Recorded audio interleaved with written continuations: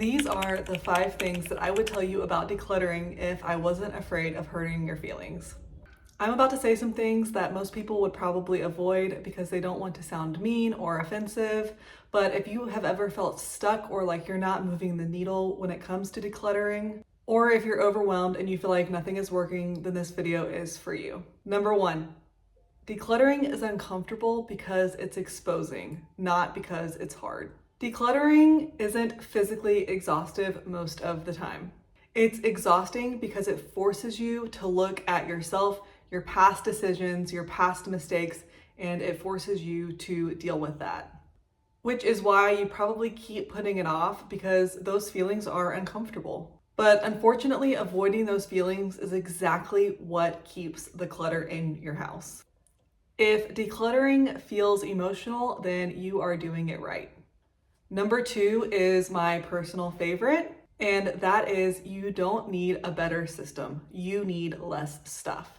This one stings, but it's probably the most true. Your home probably does not have an organization problem. Your home probably has an I have too much stuff and I can't deal with it problem.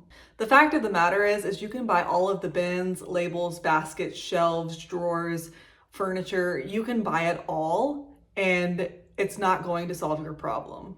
If you're trying to organize excess possessions, at the end of the day, you're just decorating your clutter.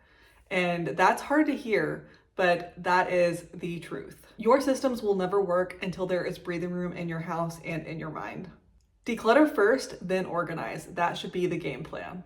Number 3, keeping things just in case is a form of fear, not responsibility. We tend to keep things just in case because we feel like we're being financially responsible with our resources, but ultimately what it ends up being is fear. It turns into a fear of wasting time, wasting money, wasting resources. It turns into a fear of needing it later. It turns into a fear of letting it go.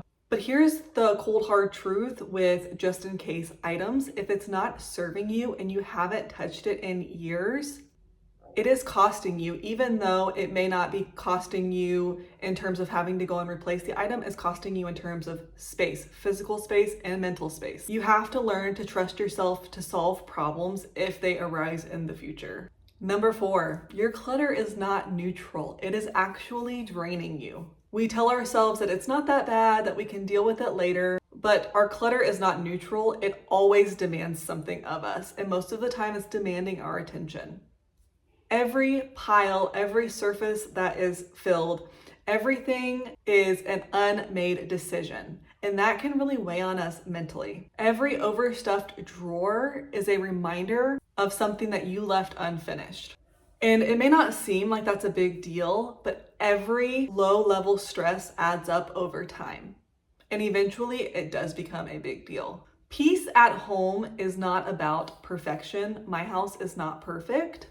But what it is it's fewer things requiring and demanding your attention and just asking things of you. Number 5 is probably one of my favorites as well, and that is decluttering will not change your life, but it will change how you live your life. Decluttering won't fix your finances, your relationships, or your mental health overnight, but it can change how you move through your day. It gives you margin, it gives you quiet, it gives you peace. And most importantly, my favorite is it gives you room to breathe. And at least for me, once I felt that, I have never wanted to accumulate at the level that I had before I started on this minimalism journey over 10 years ago. So the practical takeaways that I would give you if I was sitting down with you over coffee is to start small. You do not have to do your whole house overnight. You do not have to rent a dumpster and throw everything inside of it. Start with one drawer, one shelf, one room. Start with one honest decision about what you haven't used in the last 6 months to a year and what you're probably not going to use in the next 6 months to a year. And I think that this is also very important to remind yourself, decluttering isn't just about who can own the fewest possessions, although sometimes that's what it can feel like on social media. It's about only owning what is actually supporting your life right now. If this helped you out, let me know down in the comments and let me know what the hardest step is for you, and I will see you in the next video.